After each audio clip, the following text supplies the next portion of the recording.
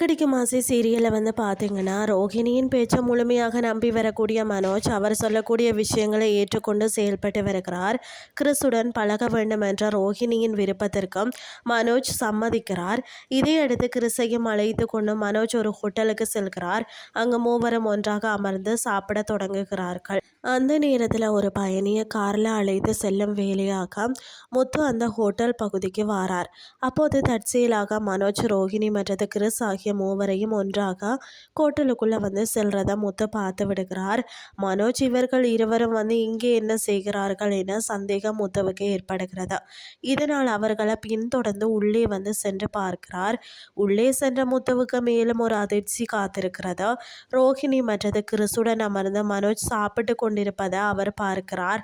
அது மட்டுமின்றி கிறிஸுக்கு மனோஜ் சாப்பாடு ஊட்டி கொண்டிருப்பதையும் முத்து கவனிக்கிறார். ஏற்கனவே மனோஜின் நடவடிக்கைகளில் சந்தேகம் கொண்டிருந்த முத்துவுக்கு இந்த காட்சி மேலும் குழப்பத்தை ஏற்படுத்துகிறது. ஏதோ ஒரு விஷயம் இருக்கிறது என்று நினைக்கும் அவர் நடந்ததை வீடியோவாக பதிவு செய்ய முடிவு செய்கிறார். மனோஜ், ரோஹிணி, கிறிஸ் மூவரும் ஒன்றாக இருந்த காட்சியை முத்து தனது செல்போனில் வீடியோ எடுத்து வச்சுக்கொள்கிறார். இதை வீட்டில் அனைவரிடமும் காட்டி உண்மையை வெளிக்கொண்டு வர வேண்டும் என்பதே இவரது திட்டமாக இருக்கிறது. இந்த நிலையில தான் முத்துவின் கையில் சிக்கியுள்ள வீடியோ மேலும் பிரச்சனையை பெரிதாக்கும் சூழல் உருவாகி இருக்கிறது. ஒரு புறம் முத்து, மீனா, ஸ்ருதி ஆகியோரிடம் மனோஜ் சிக்கக்கூடிய நிலை இருக்கா, மறுபுறம் கனகா மற்றது அவரது அம்மா தொடர்பான விஷயங்கள்லையும் அவர் சிக்கிக்கொள்ளும் சூழல் உருவாகிறது. ரோஹிணியின் உண்மை வெளிவருமா? முத்துவின் வீடியோவால் மனோஜின் சீக்ரெட் உடையுமா?